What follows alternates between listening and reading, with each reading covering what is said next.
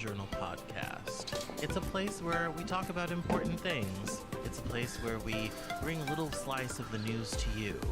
It's a place where we do important things, have important conversations. It's also things that I like to talk about. My name is Cameron Cowan, and this is the Cameron Journal podcast.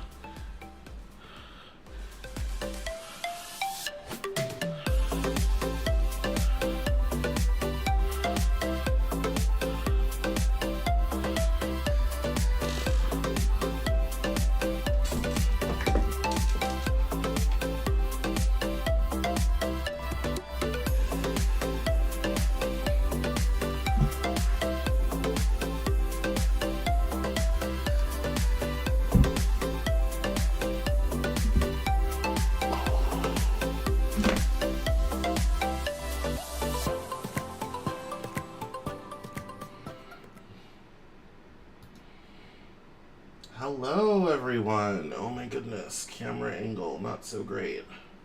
There we go.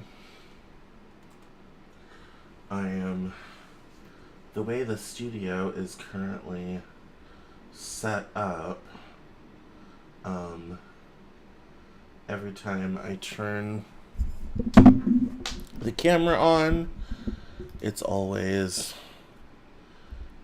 thing. It's a whole thing. All right. So, let's get started. My name is Cameron Cowan. This is the Cameron Journal News Hour. Thank you so much for stopping by and checking in, saying hello, and watching the news with us. It was a slow news week. Was being the operative word. Until this weekend happened. And oh my goodness. Please pardon my being a little bit tardy today. I just got back from running a bunch of errands, and I've been all over town, and it's been a lot today. So thank you for bearing with me on that. You can tell I'm a little tired, but it's okay. We're gonna have a lot of fun. There's some great stuff happening on the Cameron Journal. We have a new interview today. I've also been, those who follow my social media closely, I've also been slowly uploading some old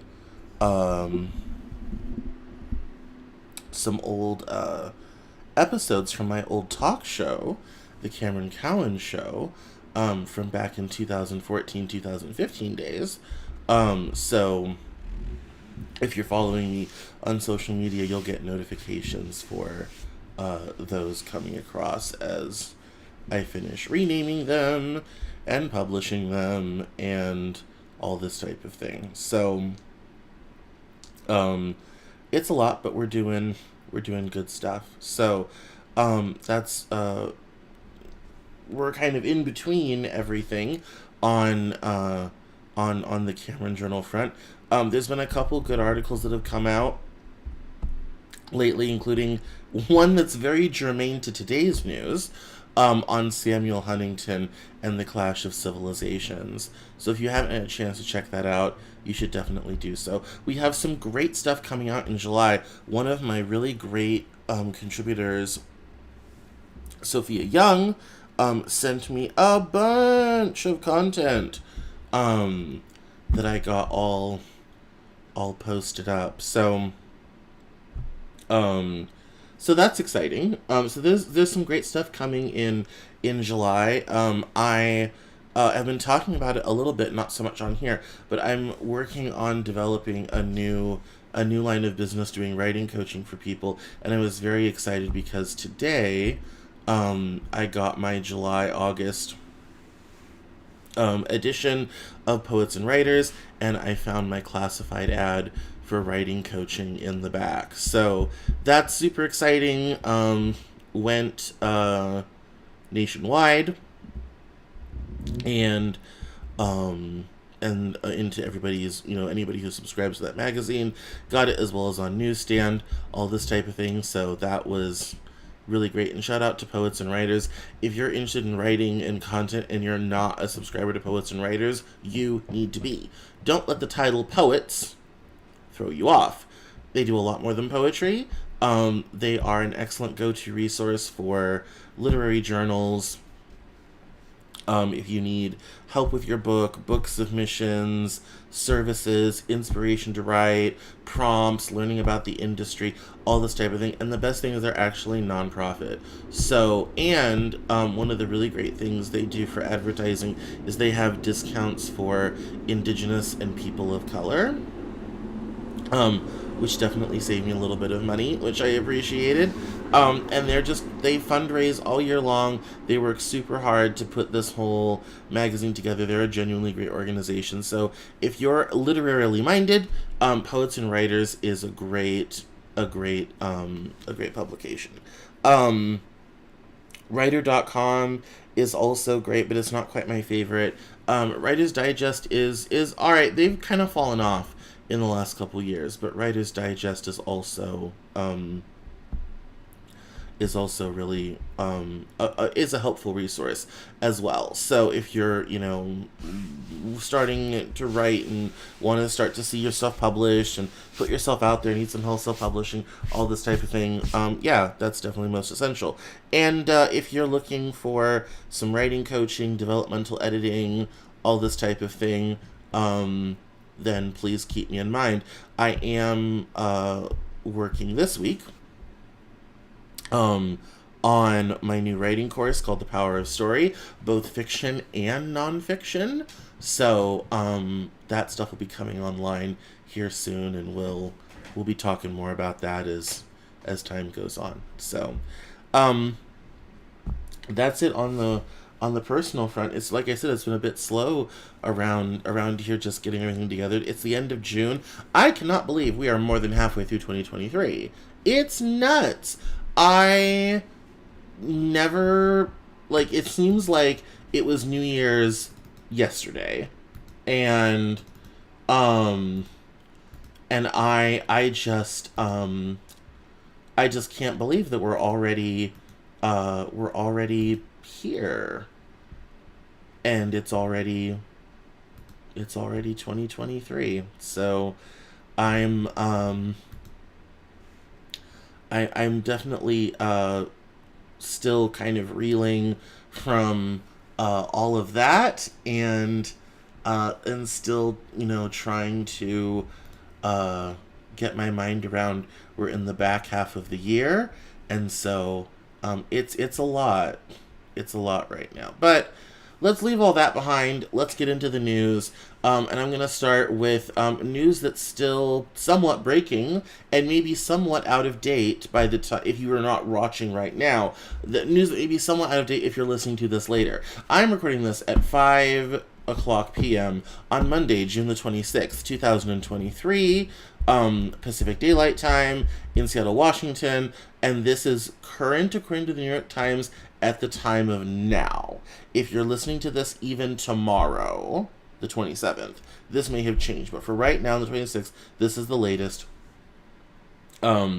And it says here, a visibly angry Vladimir Putin on Monday denounced as blackmail a weekend rebellion by the Wagner mercenary group, even as he defended his response to the mutiny and hinted at leniency for those who took part, saying that, quote, the entire Russian society united, quote, around his government. Speaking publicly for the first time in 2 days, Mr. Putin, in an address broadcast on Monday night, refused to utter the name of the Wagner boss behind the insurrection, Yevgeny Prigozhin.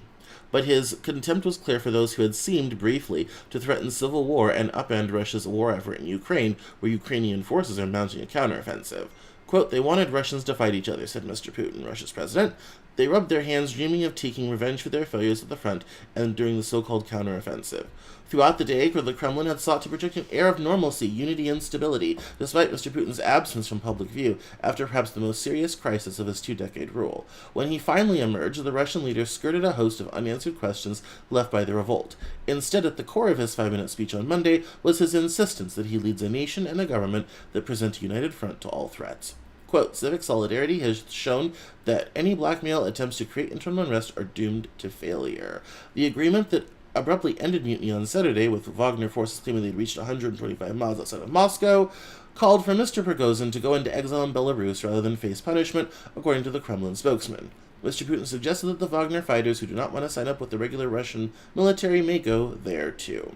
After his address, he was shown on television convening a meeting with his defense and interior ministers, prosecutor general, and chiefs of the security services and National Guard to discuss how to respond to the episode.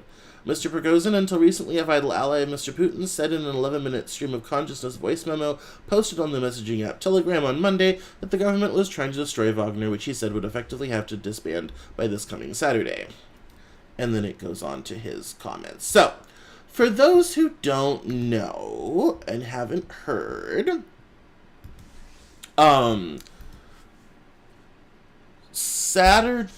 Friday night in the U.S., I'm a little parched today.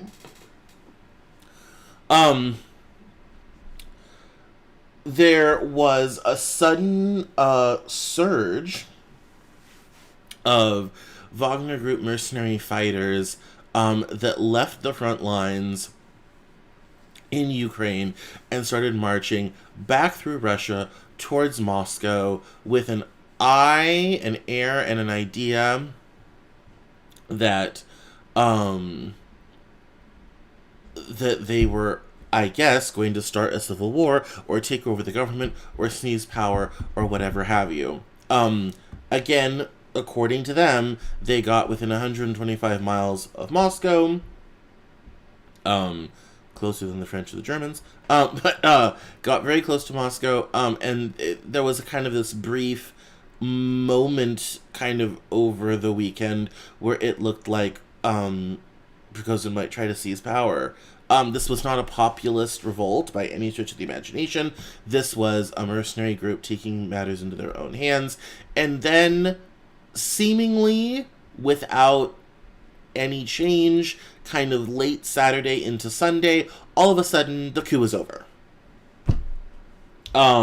It was a pretty shocking about face, as coup attempts go, to go from the we're on the march and we're gonna get him to, oh yeah, never mind, we were, and I have another news story where Prigozhin says that he, quote, was not trying to overthrow Putin, and he said, we want to demonstrate our protest not to overthrow the government in the country, according to his 11-minute voice message on Telegram. Mr. Prigozhin said the protest was aimed at a move by the Ministry of Defense to force his mercenaries to sign contracts with the government, which he said would have effectively halted Wagner's activities in Ukraine as of July 1st. The fighters, Mr. Prigozhin said, were planning to give up their heavy weapons to the Russian army until they were attacked from behind on Friday night, killing at least 30 Wagner soldiers, a claim for which there's been no independent evidence. And as people pointed out, like, this is the first time in 23 years that there has been any open armed rebellion against Putin, and it kind of sent the whole Russian government scrambling.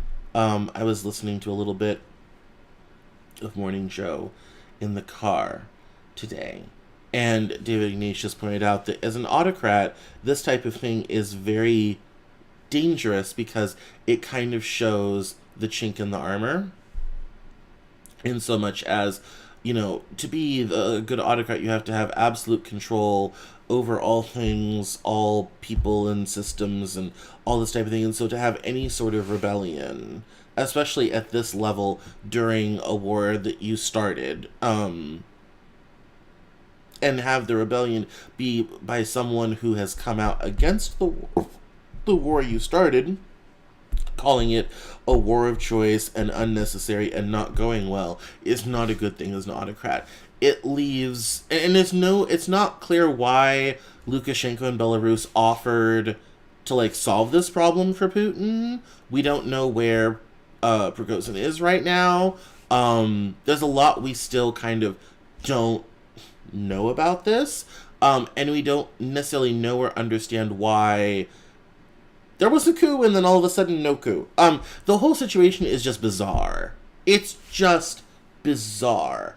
And although I will say in the history of Russia, this is not the first time a general in the field has been in open rebellion against leadership in Moscow. Not by far.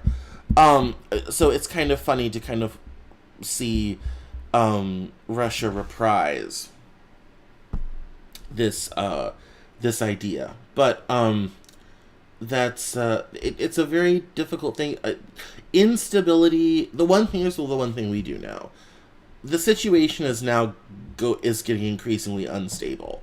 This has a lot of implications for both regional stability, stability within Russia, and potentially stability regarding nuclear weapons and the command and control and what will happen with all of that. This is probably the most danger that we've faced regarding lack of control of nuclear weapons since the fall of the Soviet Union, 30 years ago now. And this has, so that is definitely a concern. I don't know if it's still this way, but at one time, there was a plan in the event of unplanned regime change in Russia to send in special forces to seize Russia's nuclear weapons. Now, I don't know if that plan is still on the books, if the Pentagon still would do that, or what would happen, but keep your powder dry on this one. It's a very, very fluid situation. And most cheerfully, it shoved that stupid Titanic submersible story right off the front headlines, because that was last week's big story. Oh, the poor submersible, it imploded and killed everyone on board. Well, they were running it with an Xbox controller, and they were stupid for being down there in a DIY sub. So, but this is much more important. This is, this could kill us all. The submersible situation, not so much, but this whole situation is not so good, and could definitely have much wider implications than any of us, I think, really realize. And I think it's all very difficult, and as I said, it's a very fluid situation. It, like I said at the beginning, will probably change by the time you hear this, if you're listening to it later. And I think that's I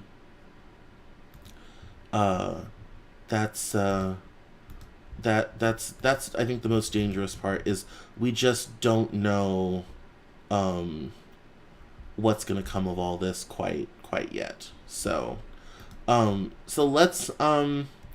let's move on to a couple other stories that we have going. One of them I did save off, actually, ironically, is the Titan submersible problem. It says here that the Titan submersible disaster probes face tricky test of criminal liability. Fault could fall on Titan's other employees or inspectors. U.S. Canada could pursue charges based on jurisdiction. It says here that U.S. and Canadian officials are looking into what went wrong in a commercial deep-sea adventure and whether crimes were committed that led to the Titan submersible to implode and kill all 5 people on board. The probes into the Titan disaster, which occurred in international waters on June 18th, may be complicated by questions of which country should take the lead. And Biden doubts that the 22-foot watercraft fits legal definition of a maritime vessel. With the death of the chief executive officer of the submersible company who was on board, potential criminal liability could fall on OceanGate's other employees, operations managers, or inspectors. The U.S. Coast Guard announced it will pursue its highest level of investigation after a search and rescue mission turned up debris of the submersible on the ocean floor near the Titanic wreck in the North Atlantic. The probe will examine accountability aspects of the implosion, Coast Guard Captain Jason Neubauer said at a Sunday press conference in Boston, adding that it may result in, quote, recommendations to the proper authorities to pursue civil or criminal sanctions as necessary. Canada's Transportation Safety Board launched its own inquiry as pieces of the submersible owned and operated by a U.S.-based OceanGate continue to be collected in the port of St. John's, Newfoundland. If I was representing anybody that has anything to do with this thing, and they were U.S. citizens or based in the U.S., I would be jumping up and down saying, you need to lawyer up immediately and get a real good analysis of what the potential liability could be, said George Chalos, a maritime defense lawyer. So, the poor little sub sank and imploded at 13,000 feet. It happens pretty fast, and when that type of thing happens, it usually happens so quickly, those on board will have barely known it occurred. So I guess the only solace now is that anybody involved didn't feel any pain. They didn't suffer. They weren't, because initially we thought they were going to be stuck down there for days and days and were running out of air and all this type of thing. And fortunately, they didn't suffocate. They just, that was it.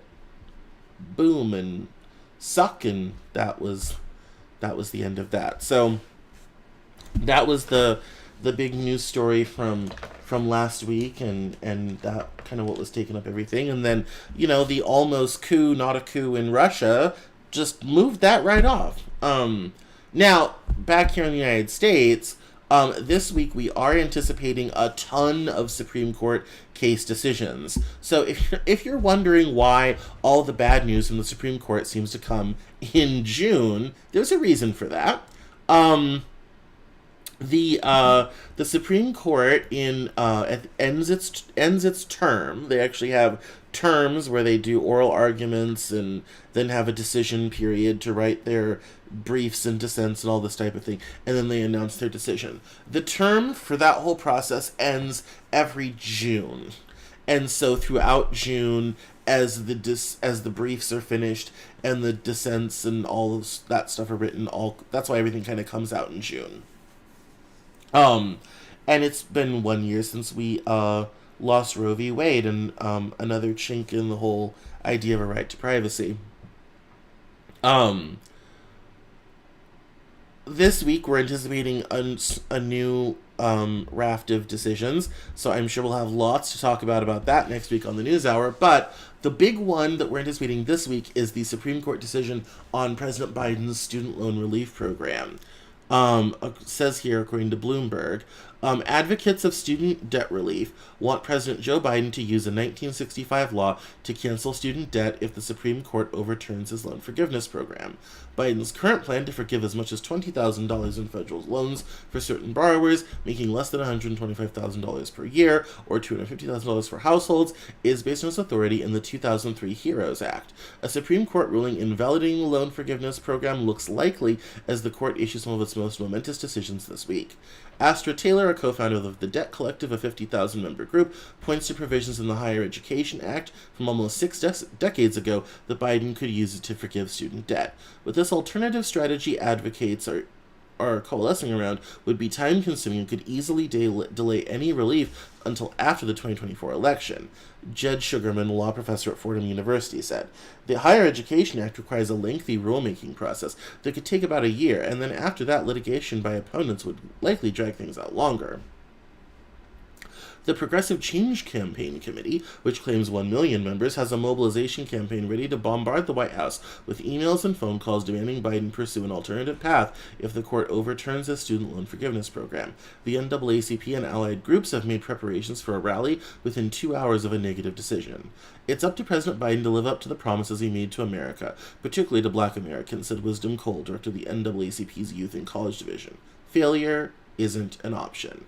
Political stakes are high. The loan relief plan was one of the president's signature initiatives and disproportionately benefits younger adults and minorities, both crucial Democratic constituencies that can be difficult to turn out for elections.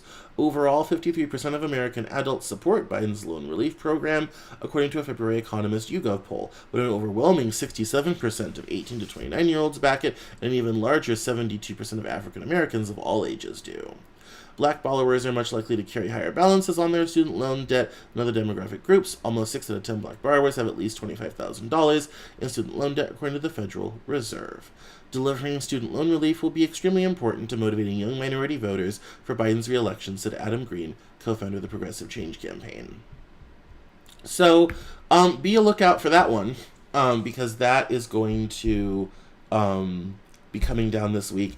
I agree with the news story. I think it's likely that they're not going to let it go through, and they're going to say, no, you can't do that, and that's going to kind of return it back to an active discussion in the political environment, and it's going to be something that I think Biden's going to want some movement on before 2024, if he continues to run, which we're going to get to that in a minute. However, before we get to that, I want to stop and talk about U.S. and China stuff. So this story is really interesting. Janet Yellen, the Secretary of the Treasury, plans a July trip to China while they're working on a U.S. investment curbing regulation. So U.S. Treasury Secretary Janet Yellen plans to visit Beijing in early July for the first high-level economic talks with their new Chinese counterpart, people familiar with the scheduling said. This is from Bloomberg. Her trip was long anticipated but was put off until the appropriate time, Yellen said in April. The people discussed the timing and purpose of the trip on a condition of anonymity because the details haven't been officially announced. In addition, the Biden administration executive order that would regulate and potentially cut off certain U.S. investments in China is nearing completion, and officials are aiming to have it ready as soon as late July, people familiar with internal deliberations said. The Treasury chief would be the second U.S. cabinet official to travel to Beijing after relations between the world's two biggest economies soured earlier this year. Secretary of State Anthony Blinken just wrapped up his trip to China, where he met with his counterpart and also had a short audience with Chinese President Xi Jinping. U.S. and Chinese officials described the Blinken visit as productive and said the two sides had candid conversations on a range of issues. An administration official said Monday that Yellen's travel to China isn't confirmed yet, while the executive order hasn't been finalized and doesn't yet have a timeline for issuance. I think it's interesting that they're doing these things both at the same time. I could see the timing of it being that Yellen will go to China before it happens, and then I imagine there's multiple drafts of this order. How severe the curbs are and how far the executive order goes will probably be somewhat dependent on how the trip to China with Yellen goes. If the trip is productive and they get some stuff done, maybe it won't be so bad. If the trip is not productive and not a lot gets talked about or done, then it could be more severe. So I imagine it's kind of being used as kind of both a bit of a stick and carrot situation. So this will be her first meeting with her Chinese counterpart, who's actually a bit new to the job, and they're also still working on, after Blinken and Yellen, they're still working on a grand conversation between Xi Jinping and President Biden. So that could be interesting. While we're on the subject of President Biden, here's an interesting one that I just kind of passed by and was kind of like, oh, this is odd. Headline: Who's visiting the White House? The logs include 300,000 names and are still incomplete. And why is this story not coming up? Good question. So President Joe Biden promised greater transparency about who is visiting the White House. No, I don't need to do all that. Um, the story is not coming up, but I'll tell you about it. So there's a question, I guess, as to why President Biden has chosen to or to not reopen the White House visitors logs and reveal who has been visiting him. JP Morgan's Jamie Dimon, Senator Manchin are among a list of more than 300,000 visitors, but the records don't appear complete, which I thought was interesting. And so I thought that was again, this isn't a thing, it isn't a story, there's nothing to like talk about with it, not really, but I thought it was interesting that that this was kind of becoming a whole thing. So I thought that was fun. And I a lot of things when it comes to records and all this type of thing, everybody gets all, kind of weirded out by things and are like, oh, well, we don't have this record and that record, and oftentimes it doesn't really matter. Like, it doesn't do anything, it doesn't really affect anyone. But I think it's I think it's interesting as a exercise that this is, something that somebody would care about, especially at this stage of Biden's presidency. Although I think it does, for some people, kind of raise the question, well, who are you seeing? Who are you talking to? I think it raises that that question as well. So that's an interesting sort of thing. And also, when it comes to like the whole transparency of it all, there's a lot of people who kind of wonder if he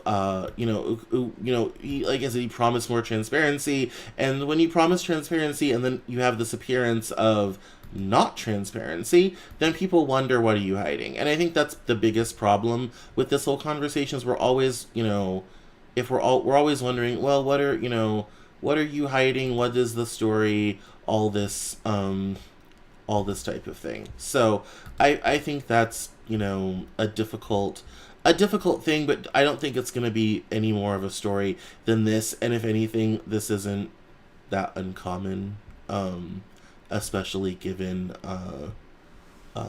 given what other presidents have done, like Trump, and all this type of thing. So, but I just thought it was interesting that it was getting brought up, because sometimes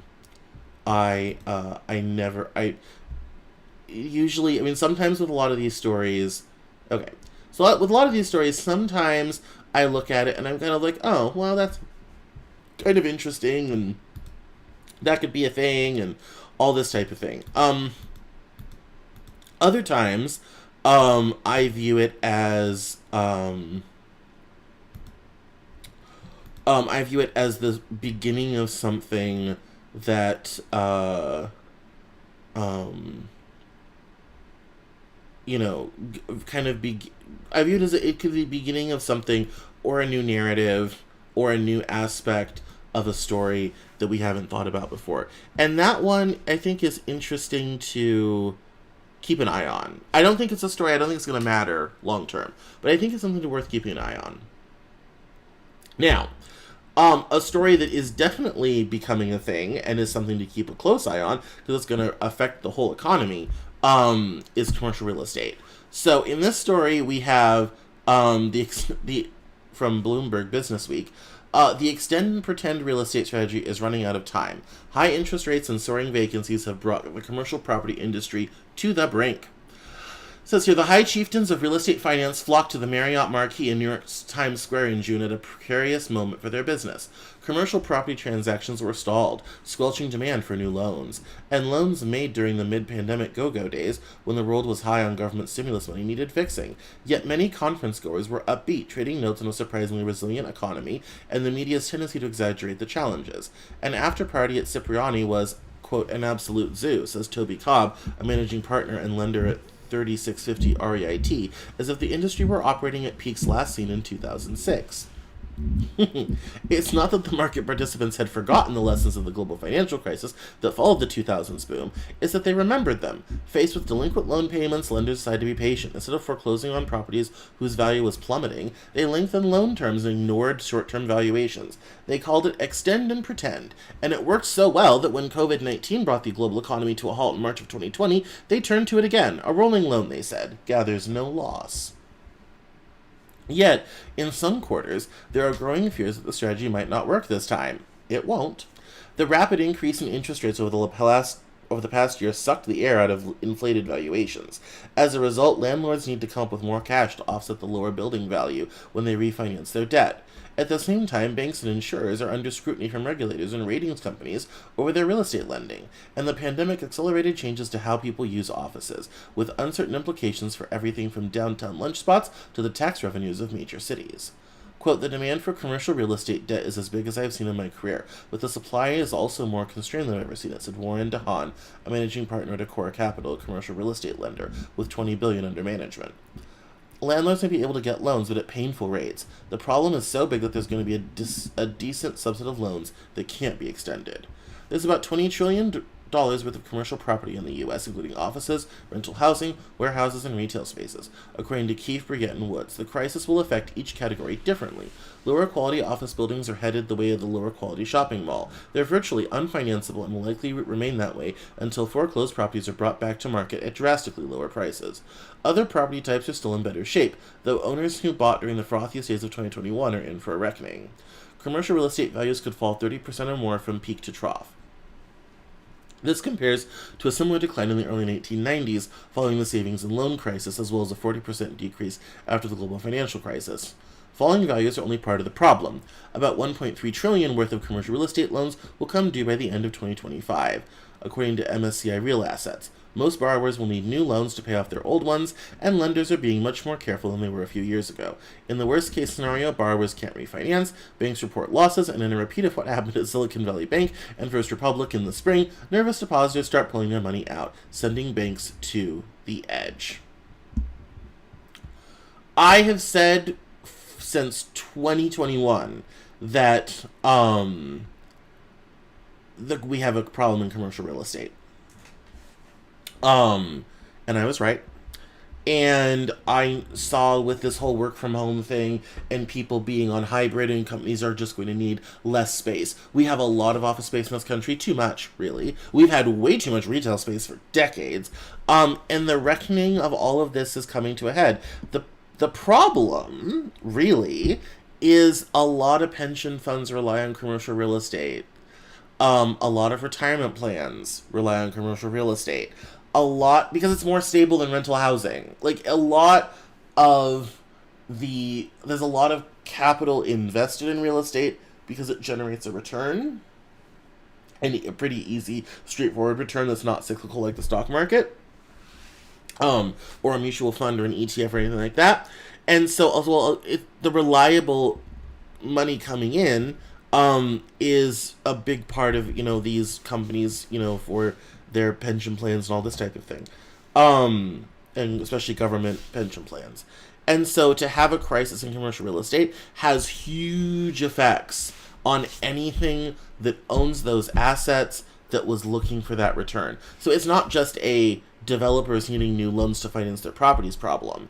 It's also a lot of that debt's going to become toxic problem. And yes, banks will be affected. And yes, there's, funds that are not going to get a return that they were hoping on from their commercial real estate assets. And that is a huge problem. And with the $1.3 trillion debt bomb coming in 2025, if even a fraction of that can't get refinanced, 10% is $100 billion. That's a lot of money. If it is higher, like 20 or 30 or 40%, that's a recession-inducing event. So keep an eye on commercial real estate. Obviously, I'll be talking about it more here on the news hour, but yeah, that chicken's about to come home to roost, and I'm not looking forward to the eggs. Um, in another knock-on effect from the pandemic, this story is quite sad from the New York Times. It says here, the math and reading performance of 13-year-olds in the United States has hit its lowest level in decades, according to test scores released today from the National Assessment of Educational Progress, the gold standard federal exam. The last time math performance was this low for 13-year-olds was in 1990, in reading in 2004. Performance that has fallen significantly since the 2019-2020 school year, when the coronavirus pandemic wrought havoc on the nation's education system. But the downward trends reported today began years before the health crisis, raising questions about a decade of disappointing results for American students. The federal standardized test, known as NAEP, was given last fall and focused on basic skills. The 13-year-old scored an average of 256 out of 500 in reading and 271 out of 500 in math, down from average scores of 260 in reading and 280 in math 3 years ago. Achievement declined across lines of race, class, and geography, but in math, especially vulnerable children, including Black, Native American, and low-income students, experienced bigger drops. A large body of research shows that most American children experienced academic struggles during the pandemic. It has also been clear that low-income students of color were most heavily affected by school closures and remote learning, which in some districts lasted more than a year. The latest NAEP results are the federal government's final major release of data on pandemic learning loss. The scores add to educators' understanding of the challenges that lie ahead for children of different ages and demographic groups. The 13-year-olds who took this version of the NAEP exam last fall were 10 years old and in 4th or 5th grade when the pandemic began. Many were old enough to participate in remote learning without minute-to-minute adult assistance, as younger children often needed. But the ages of 10 to 13 are also a crucial period for mastering foundational skills, from multiplication to recognizing a character's feelings in a short narrative passage. The bottom line, these results show that there are troubling gaps in the basic skills of these students, said Peggy Carr, Commissioner of the National Center for Education Statistics, which gives the NAEP exam. This is a huge-scale challenge that faces the nation. We're going to close with talking about RFK, but I think the biggest cost of the pandemic lockdown was what it did to a whole generation of children's education. Not only do we now know that lockdowns were unnecessary and didn't work, but we have now, we've lost 30 years of progress in education. Decades of hard-won, hard-fought improvement in reading and math are gone. And it will take as many years, if not more, to get it back. There's a generation of kids that will be forever hobbled by what happened during the pandemic. Their skills will never be as good as their peers that came right before, or those that came right after. It's a tragedy. It's a real tragedy. It's very, when you consider this sort of thing, it is not a surprise why parents are angry, teachers are angry, other people are angry, all this type of thing. It's no shock as to why that is. Because, unfortunately, the reality of the situation is that these lockdowns had a profound adverse effect on the nation's children. And that is something that we just simply can't ignore. It's real, it's here, it's been verified, we have lost progress, and it's going to take a lot of years to get it back. The children of those affected by lockdown will be the ones that will reap the rewards of the work we have to put in. I think it's going to be a struggle for teachers all the way through, for the kids through the pandemic, for the rest of their school careers, which will be another 5 to 8 years, depending on when you started, even up to 10 if you go younger. Teachers are going to be fighting this for the rest of their time. You're probably going to see a spike in the dropout rate later on in high school. You're probably going to see other sort of knock-on social effects. You might even see a spike in teen pregnancy. It's going to be a difficult situation ahead. for the education system. And unfortunately, I don't know that there's anything that we can do about it at this juncture. That is gonna make a meaningful move forward for these kids. So the last story I want to talk about is the rise of RFK Jr. and who he's been talking to, and all this type of thing. And this is from Vanity Fair, which says, of course, the right has welcomed RFK Jr. with open arms. Roger Stone has said the quiet part out loud. The conspiracy peddling Kennedy running in the Democratic primary could do damage to Joe Biden and boost Donald Trump's chances. It says here, why did I spend the entire weekend reading about the dumbest member of the Kennedy family? Likely because Donald Trump's death grip on the Republican Party is as strong as ever, and indictments be damned. Like it or not, and most of us do not, Trump still leads his closest competitor, Ron DeSantis, by at least 30 points in the 3 national polls conducted most or entirely after the news of the federal indictment broke. Republicans appear stuck. Trump is increasingly looking like the eventual GOP presidential nominee, yet 56% of Americans think Trump should drop out of the 2024 presidential. You can almost smell the panic. Enter the spoiler candidate, Robert F. Kennedy Jr., Joe Biden's long-shot Democrat primary challenger, who's recently been getting some high-profile support from figures associated with the right. Elon Musk hosted a Twitter space for the raging anti-vaxxer, who not too long had to apologize for suggesting the plight of the unvaccinated in America was worse than that of Anne Frank. After Peter Hotez, a pediatrician and vaccine expert, tweeted critically about a Joe Rogan interview with Kennedy, both Musk and Rogan defended RFK Jr., taking aim at Hotez by suggesting he debate Kennedy's claims on Rogan's show. Wealthy Republican and DeSantis supporter David Sachs hosted a fundraiser for the guy. Former Twitter CEO and facial hair enthusiast Jack Dorsey endorsed him too. Dorsey has a habit of embracing the unelectable candidates. In 2019, he donated to both Andrew Yang and Fox News favorite Tulsi Gabbard. Steve Bannon is apparently a huge RFK Jr. supporter, floating Kennedy, quote, as an excellent choice for President Trump to consider as a running mate. Roger Stone called the Trump-Kennedy ticket a dream. InfoWars' Alex Jones was struck by Kennedy's anti-vaccine conspiracies and told listeners he was definitely awake. Turning Point USA's Charlie Kirk and QAnon-linked Michael Flynn both said they like the guy as a presidential candidate too. So why are all these right-wingers supporting a Democrat? It could be that he kinda sounds like them. He talks about government institutions betraying the trust of the American public and published a whole book attacking Anthony Fauci. But there's also very likely another reason. It seems important to mention here that Kennedy, to put it mildly, is a crank. As conservative Noah Rothman wrote in the National Review, quote, Kennedy has promoted the view that the COVID vaccines were concocted only to enrich the medical establishment, that 5G cell towers are designed to control our behavior, and that Microsoft founder Bill Gates is engaged in an effort to genetically modify humanity. He's blamed mass shootings on antidepressants and told Musk and Sachs that his position on gun control is I'm not going to take away anybody's guns.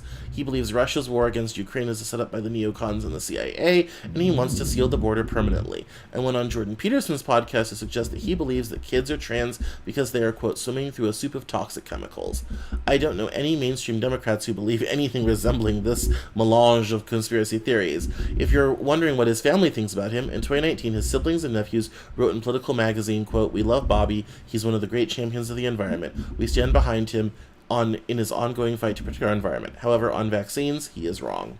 For years, RFK Jr. has lurked in the shadows as the anti-vaxxer Kennedy. Now his politics not only have a base among the MAGA right, he's proving politically expedient for Republicans as well. It's a peculiar logic. Shouldn't having right-wing support indicate he's in fact a right-winger, not that the right wing is the true Democratic Party? His campaign manager, former Ohio Representative Dennis Kucinich, goes on to explain that the fringe support as a feature, not a bug. If he can win all the people on the margins, both on the left and the right of the political spectrum, maybe he can scrape something together. Kucinich suggests, maybe not, but perhaps as Republicans appear to be hoping that he can at least spoil the race for Biden. His candidacy in the Democratic Party has already been declared a headache for Biden. RFK Jr. has had surprisingly decent polling numbers, as high as 20%, perhaps showing Biden's deficiencies.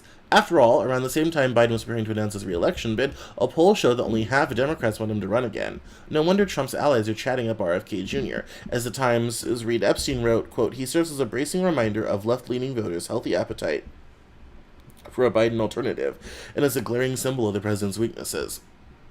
Stone said it himself in an interview that RFK Jr., quote, will help in the end soften Joe Biden up for his defeat by Donald Trump in the general election. I talked to Hotez about his dust-up with Rogan, Musk, and Bannon over RFK Jr. I'm just collateral damage, he said in my podcast, Fast Politics, about the political game right-wingers are playing around the Democratic candidate. It doesn't surprise me. Republicans are worried. They know that the indictments don't help grow the electorate. They know that as the chasm between the mainstream and the primary voters grows, so do the chances of a Biden re-election. There are a few options left to pump up their guy. RFK Jr. is one. That's from Molly Jong Fast, writing for Vanity Fair. Here's the interesting thing about RFK Jr. There's a plurality of support out there for him. I've heard it from people. I've heard people say, yeah, love what he's saying, love the message, could get behind it, all this type of thing. I think Kucinich is onto something. Now, I think the right is probably like, yeah, anything that's gonna, help kind of break things through and, let's Ross Perot this whole situation. Yeah. But I also think there is that alt middle, as I've called it, as other people have called it, I didn't coin that term, of people who weren't happy about what happened with the vaccines, who didn't like vaccine mandates, and who didn't like vaccine cards and all this type of thing. There is, that's a whole, there's people out there who are not happy with that. There are people out there who are looking for an alternative that is sane, conservative, but not Trump. People who are not happy with the trans thing, but that's not Trump. I think there's that group of voters out there exists. And the two major parties have become so polarized, they're very poorly represented. And I think if RFK can sort of be the vanguard leader of the, hey, do you, not mind trans people but don't want it coming after your kids, vote for me. If you think the COVID vaccines were a mistake, vote for me. All this type of, I think there's a voter that exists that's really into him, and I think if he can continue to get more attention and garner more support, I think there's a real possibility that it becomes a thing. I doubt the DNC will allow it, but I would love to see a debate between him and Biden. I think that would be interesting for sure. So we'll be keeping an eye on RFK Jr., and we'll see what comes of him and his whole campaign and situation. So that's the top of the hour. We covered some great news stories, everyone. Thank you so much for coming. Thank you so much for watching. I love you always. And I'll see you next Monday on the Cameron Journal News Hour. Don't forget to check out this week's interview on the Cameron Journal podcast. Stay safe, stay sane, and we'll see you next week.